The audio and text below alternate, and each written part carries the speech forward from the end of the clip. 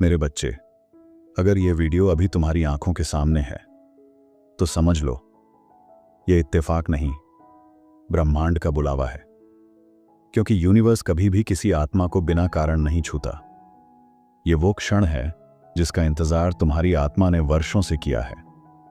ये वही दिव्य संकेत है जो तुम्हें तुम्हारे भाग्य, तुम्हारी सच्चाई और तुम्हारे असली जीवन उद्देश्य से जोड़ने आया है।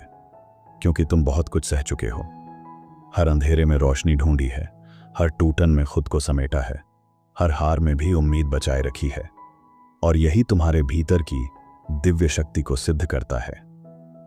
इस वीडियो में आज मैं तुम्हारे साथ साझा करने जा रहा हूं, प्रार्थना के विपरीत परिणाम क्यों मिलते हैं। क्यों कई बार तुम जो मांगते हो वो नहीं मिलता, बल्कि जो नहीं मांगा वही जीवन में आ जाता है। मैं तुम्हें वो रहस्य बताऊंगा जो तुम्हारी आत्मा को शांति देगा, तुम्हारी सोच को बदल देगा और तुम्हारा नजरिया प्रार्थना और ईश्वर की योजना के प्रति गहराई से बदल देगा। इसीलिए इसे अंत तक जरूर देखना, क्योंकि ये सिर्फ एक वीडियो नहीं, ये ब्रह्मांड की तरफ से तुम्हारी आत्मा को भेजा गया एक चेतावनी है, एक आशीर्वाद, एक शुरुआत। अब कहानी बदलेगी, अब तुम बदलोगे। लेकिन ये बदलाव अचानक नहीं आएगा, ये भीतर से उठेगा, धीरे धीरे, गहराई से। जहां तुम अपनी पुरानी सोच, पुराने सवाल और अधूरी इच्छाओं से बाहर निकलकर मेरी योजना की रोशनी में प्रवेश करोगे। जहां तुम समझोगे प्रार्थना का उत्तर हमेशा वही नहीं होता जो तुम्हारे मन ने चाहा, बल्कि वही होता है जो तुम्हारी आत्मा के लिए सही होता है। मेरे बच्चे, जब तुम रोते हुए प्रार्थना करते हो, मैं तुम्हारे शब्द नहीं, तुम्हारे हृदय की धड़कनों को सुनता हूं। तुम कहते हो, हे महादेव, मुझे बस ये मिल जाए। पर मैं देखता हूं, क्या ये सच में तेरे लिए कल्याणकारी है? क्या ये तेरे भीतर के शिव को जागृत करेगा या तुझे और बांध देगा मोह, भय और भ्रम की जंजीरों में? तुम्हें लगता है प्रार्थना का मतलब है मांगना, लेकिन मैं कहता हूं प्रार्थना का अर्थ है समर्पण। जहां तुम ये नहीं कहते, हे भोलेनाथ मेरी मर्जी पूरी करो, बल्कि ये कहते हो जो तुम्हारी इच्छा है वही मेरे लिए सर्वश्रेष्ठ है। यही वो पल होता है जहां ब्रह्मांड तुम्हारे पक्ष में अपना संपूर्ण सामर्थ्य लगा देता है। जब तुम अपनी प्रार्थना के ठीक उल्टा परिणाम पाते हो तो तुम टूट जाते हो, पर मैं टूटन में भी तुम्हारा पुनर्निर्माण कर रहा होता हूं। मैं उस दिशा में ले जा रहा होता हूं जहां तुम्हें असली शांति, असली उद्देश्य और असली मुक्ति मिले। तुम सोचते हो आपने मेरी बात क्यों नहीं मानी, और मैं उत्तर देता हूं, क्योंकि मैं तुझे सिर्फ सुन नहीं रहा था, मैं तुझे बचा रहा था। याद रखो, ईश्वर सिर्फ वो नहीं देता जो तुम चाहते हो, वो देता है जो तुम्हें आवश्यक है। और जरूरी नहीं कि हर आवश्यक चीज आरामदायक भी हो। कई बार जो चीज हमें दुख देती है वही हमें भीतर से मजबूत बनाती है, हमें हमारे भीतर छिपी वो शक्ति दिखाती है जिसे हमने खुद कभी पहचाना ही नहीं। तुम कहते हो, शिव मैंने सच्चे दिल से मांगा था, फिर भी आपने क्यों नहीं दिया? मैं कहता हूं, क्योंकि मैं तुम्हें तुम्हारे ही मन की जाल से बचा रहा था। हर इच्छा पूर्ण करना मेरा कार्य नहीं, तुम्हें जागृत करना, तुम्हें तुम्हारे भीतर की दिव्यता से जोड़ना, यही मेरा उद्देश्य है। प्रार्थना कोई सौदा नहीं है जहां तुम दुआ करोगे और मैं कुछ लौटा दूंगा। ये एक आत्मिक संवाद है जहां तुम अपने बोझ को नीचे रखकर मुझे अपने जीवन का चालक बना देते हो। और जब ऐसा होता है तब तुम्हारा जीवन सिर्फ चलता नहीं, वो खिलता है मेरे आदेश और मेरी कृपा से। तुम जिस दरवाजे के लिए रोते हो, शायद वो दरवाजा तुम्हारे लिए बना ही नहीं था। मैंने उसे बंद किया क्योंकि मैं जानता हूं कि उस दरवाजे के पीछे क्या छिपा था। और तुम सोचते रह गए, मैंने तो बस अच्छाई मांगी थी। लेकिन मैं देख रहा था उस अच्छाई में छुपी हुई विनाशकारी गांठ को। जब तुम प्रार्थना करते हो और फिर जीवन में तूफान आता है तो डरना मत, क्योंकि कई बार प्रार्थना का उत्तर शांति नहीं होता, वो एक परिवर्तन होता है, एक आंतरिक युद्ध जो तुम्हें तुम्हारी सच्ची दिशा में ले जाता है। तुम समझते नहीं, पर उस क्षण में मैं तुम्हारे सबसे पास होता हूं। मैं तुम्हारे जीवन से चीजें नहीं छीनता, मैं सिर्फ वो हटाता हूं जो तुम्हारे उत्थान के मार्ग में बाधा बन चुकी होती हैं। तुम जिसे हानि कहते हो वो असल में मेरी कृपा होती है जो तुम्हें बचाने आई होती है। तुम्हारे ही अनजाने पतन से तुम्हारे जीवन की हर प्रार्थना मेरे पास सुरक्षित रहती है। मैं उन्हें टालता हूं, भूलता नहीं, क्योंकि मैं जानता हूं हर चीज का एक समय होता है। बीज अगर वक्त से पहले फूट जाए तो वो पेड़ नहीं बनता। उसी तरह अगर तुम वो पा जाओ जो तुम मांगते हो उस वक्त जब तुम उसके लिए तैयार नहीं हो, तो वो तुम्हारे लिए आशीर्वाद नहीं, बोझ बन जाएगा। मेरे बच्चे, जब तुम गुस्से में कहते हो शिव ने मेरी नहीं सुनी, तो मैं मुस्कुराता हूं, क्योंकि मुझे पता होता है कुछ साल बाद तुम खुद कहोगे शुक्र है शिव ने मेरी बात नहीं मानी, क्योंकि तब तुम देखोगे कि जो तुम चाहते थे वो नहीं मिला, पर जो तुम जरूरतमंद थे वो मेरी योजना में पहले से लिखा था। मैंने तुम्हारे आंसुओं को कभी नजरअंदाज नहीं किया। हर अश्रु मेरे चरणों पर गिरा है। तुम्हारी रातों की बेचैनी, तुम्हारे मन का हाहाकार सब मेरे ध्यान में था, पर मेरी चुप्पी अनदेखी नहीं, वो प्रक्रिया थी। मैं तुम्हें तपा रहा था, जैसे सोना आग में तपता है, शुद्ध और उज्ज्वल बनने के लिए। मैं तुम्हारी इच्छाओं को तोलता हूं, तुम्हारी आत्मा के स्तर से। अगर तुम्हारी मांग तुम्हें खोखला करने वाली हो तो मैं उसे टाल देता हूं। अगर तुम्हारी चाहत तुम्हारे कर्मों से मेल नहीं खाती तो मैं उसे रोक देता हूं। और अगर तुम किसी ऐसे मुकाम की दुआ कर रहे हो जिसके लिए तुम अभी तैयार नहीं, तो मैं तुम्हें तैयार करने की यात्रा पर भेजता हूं। तुम समझते हो, मैं तो सिर्फ थोड़ा सुख मांग रहा था, पर मैं देखता हूं क्या वो सुख तुम्हारे विकास में सहायक है या वो तुम्हें सुस्त, लालची और निर्भर बना देगा। मैं कभी तुम्हें उस चीज की आसानी नहीं दूंगा जो तुम्हारे भीतर के तेज को बुझा दे। मैं तुम्हें वो दूंगा जो तुम्हारे भीतर की दिव्य ज्वाला को प्रज्वलित कर दे। तुम्हें लगता है दर्द मेरे उत्तर की अनुपस्थिति है, पर सच्चाई ये है कई बार दर्द ही मेरा उत्तर होता है, क्योंकि वो तुम्हें खींचता है उस दिशा में जो तुम्हारे आत्मिक विकास की राह है। तुम उसे सजा समझते हो, पर मैं जानता हूं वो ही तुम्हारे भीतर छिपी शिव सत्ता को उजागर करेगा। सच्चा भक्त वो नहीं जो तब तक विश्वास रखे जब तक चीजें उसके मन मुताबिक चलें। सच्चा भक्त वो है जो मेरी चुप्पी में भी मुझे देखे, मेरे इनकार में भी मेरी योजना को समझे और मेरी देरी में भी मुझे पकड़ कर न छोड़े। यही वो प्रेम है जो मुक्त करता है। तुमने कभी सोचा है कितनी बार तुमने वो मांगा जो तुम खुद नहीं समझ पाए, और जब मैंने तुम्हें रोका तुमने कहा आपने मेरी दुआ ठुकरा दी, जबकि मैंने तुम्हें सिर्फ बचाया तुम्हारी ही अधूरी समझ से। क्योंकि मैं सिर्फ तुम्हारे आज को नहीं, तुम्हारे पूरे भविष्य को देख रहा होता हूं। हर बार जब तुम्हारी प्रार्थना का उत्तर देरी से आता है तो समझ लो मैं उस उत्तर को तैयार कर रहा हूं। मैं तुम्हारे भाग्य की जमीन जोत रहा हूं, बीज बो रहा हूं, वो फल पका रहा हूं जो अमृतत्व का स्वाद देगा। और हां, कभी कभी सबसे मीठे फल सबसे ज्यादा वक्त लेते हैं। मेरे लिए तुम कोई संख्यात्मक आत्मा नहीं, तुम मेरा अंश हो। मैं तुम्हें तब देता हूं जब तुम देने के लायक बनो, न कि तब जब तुम मांगने में जोर डालो। यही प्रेम है जहां मैं तुम्हारी भावनाओं से नहीं, तुम्हारी आत्मिक भलाई से निर्णय लेता हूं, क्योंकि मेरा उत्तर हमेशा तुम्हें ऊंचा उठाने के लिए होता है। तुम्हारी आत्मा जानती है वो सब कुछ जो तुम्हारे मन से छिपा हुआ है, और मैं तुम्हारी आत्मा से जुड़ा हूं। इसलिए जब मैं किसी प्रार्थना का उत्तर नहीं देता तो उसका कारण तुम नहीं, तुम्हारी आत्मा समझ रही होती है। मन अधीर होता है, आत्मा धैर्यवान होती है। इसलिए मेरी योजनाएं तुम्हारे मन के हिसाब से नहीं, तुम्हारी आत्मा की परिपक्वता के अनुसार चलती है। प्रार्थना का परिणाम तुम्हारे बोलों से तय नहीं होता, वो तय होता है तुम्हारे आंतरिक कंपन से।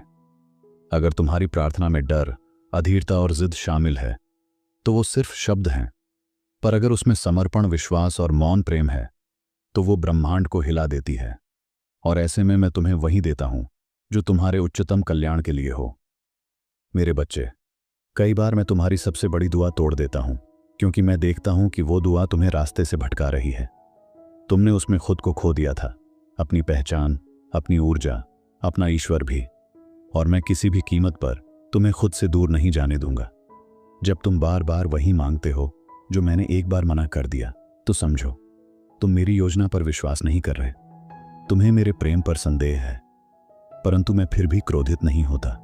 मैं प्रतीक्षा करता हूं कि तुम थको, रुको और फिर मेरे चरणों में गिरो, यह कहते हुए, भोलेनाथ, अब जो तुम्हारी इच्छा हो वही मेरा मार्ग हो। प्रार्थना को परीक्षा मत समझो, उसे संपर्क का साधन समझो। जब तुम प्रार्थना करते हो तो मैं सिर्फ तुम्हारी बातें नहीं सुनता, मैं तुम्हारी आत्मा से संवाद करता हूं, कभी मौन में, कभी आंसुओं में और कभी मेरी ही चुप्पी में तुम्हें उत्तर देता हूं। तुम कहते हो, हे महादेव, मैंने पूरी श्रद्धा से मांगा था। और मैं पूछता हूं, क्या श्रद्धा सिर्फ मांगने में थी या स्वीकारने में भी? क्या तुम मेरी ना को भी उतनी ही श्रद्धा से स्वीकार सकते हो जितनी हां को करते हो? क्योंकि वही सच्चा भक्त होता है जो मेरी हर आज्ञा में मेरा प्रेम देखता है। मैं तुम्हारे जीवन में सिर्फ वह नहीं लाता जो तुम चाहते हो, मैं वह भी लाता हूं जिससे तुम सीखो, जागो, बढ़ो और बदलो। कभी ये सीख तकलीफ के जरिए आती है, कभी किसी के जाने से, कभी किसी दरवाजे के बंद हो जाने से, पर अंत में तुम पाओगे कि हर अनुभव एक प्रार्थना का उत्तर था। कभी कभी मैं तुम्हें पूरी तरह तोड़ देता हूं, फिर अपने ही हाथों से तुम्हें नया आकार देता हूं, क्योंकि पुराने ढांचे में तुम्हारी आत्मा अब समा नहीं सकती। वो सीमाएं तुम्हारे विकास को रोक रही थीं और तुम्हें पता भी नहीं था कि तुम कितना बड़ा बन सकते हो जब तुम मेरे आकार में ढल जाओ।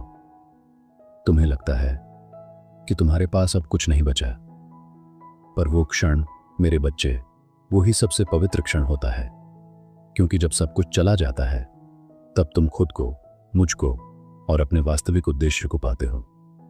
तब प्रार्थना मांग नहीं बनती, वो एक संलयन बन जाती है तुम्हारे और मेरे बीच। मेरे लिए सबसे प्यारी प्रार्थना वो नहीं जिसमें तुम बहुत बोलते हो, बल्कि वो होती है जब तुम मौन होकर बस मेरी उपस्थिति में बैठे रहते हो, क्योंकि उस मौन में तुम्हारा डर पिघलता है, तुम्हारी असहायता मिटती है और तुम्हारा वास्तविक आत्मरूप मुझसे एक हो जाता है। जब तुम कहते हो कोई मेरी सुन नहीं रहा, तब भी मैं सुन रहा होता हूं, तुम्हारे मौन को, तुम्हारे भीतर के डर को, तुम्हारी टूटती उम्मीदों को। तुम जिस क्षण हिम्मत छोड़ने को होते हो वही क्षण होता है जब मैं तुम्हारे सबसे निकट होता हूं। मैं तुम्हें गिरने नहीं देता, बल्कि वहां से उठाता हूं जहां तुम्हें लगता है अब कुछ नहीं बचा। मेरे बच्चे, हर बार जब कोई तुम्हें छोड़ता है तो सोचो, क्या वो आत्मा तुम्हारी गति में सहायक थी? क्योंकि मैं किसी को भी तुम्हारे जीवन में स्थायी नहीं रखता जो तुम्हारे प्रकाश को बुझा दे। मेरे निर्णय तुम्हारी भावना से नहीं, तुम्हारी ऊर्जा की शुद्धता से चलते हैं। जब तुम्हारी इच्छाएं तुम्हारे मार्ग से भटकने लगती हैं, तब मैं जीवन में हलचल लाता हूं। यह हलचल दुखद लग सकती है, पर वही तुम्हें दोबारा उस पथ पर लाती है जिसके लिए तुम धरती पर आए हो। मैं तुम्हें खोने नहीं दूंगा, भले ही इसके लिए मुझे तुम्हारी सारी योजनाएं तोड़नी क्यों न पड़े। हर बंद दरवाजे के पीछे मेरी योजना का रहस्य छिपा होता है। जब तुम कहते हो मुझे ये दरवाजा चाहिए था, तो मैं देखता हूं उसके पीछे की अंधकारमय दिशा को, और जब मैं कहता हूं नहीं, ये नहीं, तो वो तुम्हारे लिए अस्वीकार नहीं, संरक्षण होता है। मेरे लिए तुम्हारा हृदय अधिक महत्वपूर्ण है तुम्हारी उपलब्धियों से। मैं तुम्हें ऊंचा जरूर उठाऊंगा, पर पहले तुम्हें गहराई से जमीन पर टिकाऊंगा, क्योंकि ऊंचाई उसी को शोभा देती है जो नम्रता में स्थिर हो, और नम्रता आती है जब तुम मेरी हर योजना को प्रेम से स्वीकार करते हो, चाहे वह तुम्हारे मन के विरुद्ध ही क्यों ना हो। तुम्हारी सबसे बड़ी दुआ वही है जिसका उत्तर अभी तक नहीं आया, क्योंकि मैं उस उत्तर को इतना पूर्ण, इतना सटीक बनाना चाहता हूं कि जब वह आए तुम रोते हुए कहो, भोलेनाथ, आपने मेरी प्रतीक्षा व्यर्थ नहीं की। मैं जल्दी नहीं करता, मैं पूर्णता से कार्य करता हूं। तुम्हारी प्रार्थना का उत्तर शब्दों में नहीं, घटनाओं में आता है। लोगों के बदलने में, रिश्तों के टूटने में, दरवाजों के बंद होने में, और जो इसे समझ जाता है वही कह पाता है। मेरे शिव हर समय साथ थे, बस उनकी भाषा थोड़ी अलग थी। मैं जब किसी चीज को छीनता हूं तो उसका स्थान खाली नहीं छोड़ता। मैं वहां कुछ ऐसा रखता हूं जो तुम्हें अपने आप से जोड़ दे। तुम रोते हो उस खोई चीज के लिए, पर कुछ समय बाद तुम्हें एहसास होता है जो मिला वो कहीं ज्यादा शुद्ध, कहीं ज्यादा सत्य, कहीं ज्यादा दिव्य था। जो तुम आज नहीं समझ पा रहे, कल वही तुम्हारा आभार बन जाएगा। तुम कहोगे, अगर वो टूटा ना होता तो मैं महादेव को इतने करीब कभी ना पाता। मैं हर टूटन को एक नए निर्माण का अवसर बनाता हूं, क्योंकि मैं विनाशक नहीं, पुनर्निर्माण करता हूं। अब जब तुम ये सुन रहे हो तो समझो, तुम्हारी आत्मा तैयार है मेरी योजना को स्वीकारने के लिए। अब से प्रार्थना तुम्हारी मांग नहीं होगी, तुम्हारा समर्पण होगी। तुम्हारे शब्द नहीं बोलेंगे, तुम्हारी ऊर्जा बोलेगी। और तब ब्रह्मांड तुम्हारे पक्ष में झुक जाएगा। जब तुम्हारी प्रार्थनाएं उत्तर नहीं पाती तो उन्हें विफल मत मानो, उन्हें परिवर्तन का बीज समझो। मैं हर मांग को एक आत्मिक दिशा में बदल देता हूं, जहां तुम सिर्फ पा लेने से नहीं बल्कि जग जाने से संतुष्ट हो जाते हो। यही असली उत्तर है, जहां मांग मिट जाती है और मैं ही शेष रह जाता हूं। मैंने तुम्हें कभी केवल परिणामों से नहीं जोड़ा, मैंने तुम्हें प्रक्रिया से जोड़ा। हर गिरावट, हर अस्वीकृति, हर टूटा सपना एक विकास यात्रा थी, जहां तुम सीख रहे थे प्रार्थना को समझना, न कि केवल उसका उत्तर पाना। जो तुम्हें नहीं मिला वो भी एक उत्तर था, जो देर से मिला वो भी एक उत्तर था, और जो छिन गया वो भी एक उत्तर था। क्योंकि मैं वही देता हूं जो तुम्हारी आत्मा को उस ऊंचाई तक ले जाए जहां से तुम अपने ही जीवन को ईश्वरीय दृष्टि से देख सको। जब तक तुम सिर्फ पाने के लिए प्रार्थना करते रहोगे, तुम सीमित रहोगे।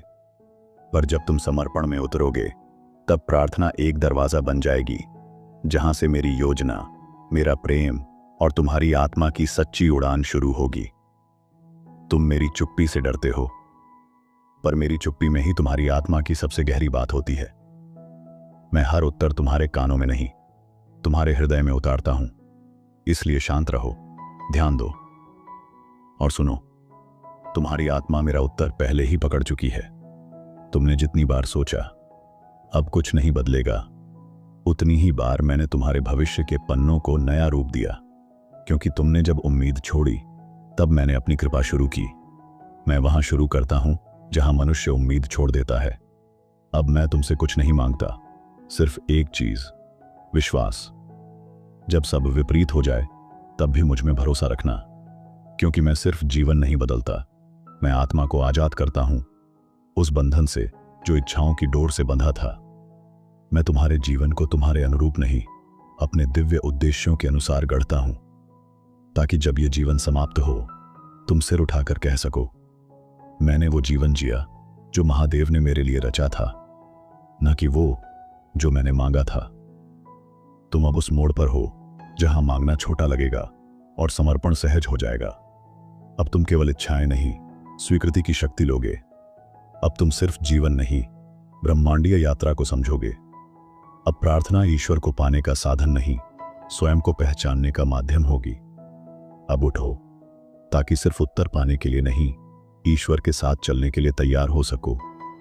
अब प्रार्थना को मांग नहीं, मौन संवाद बनने दो।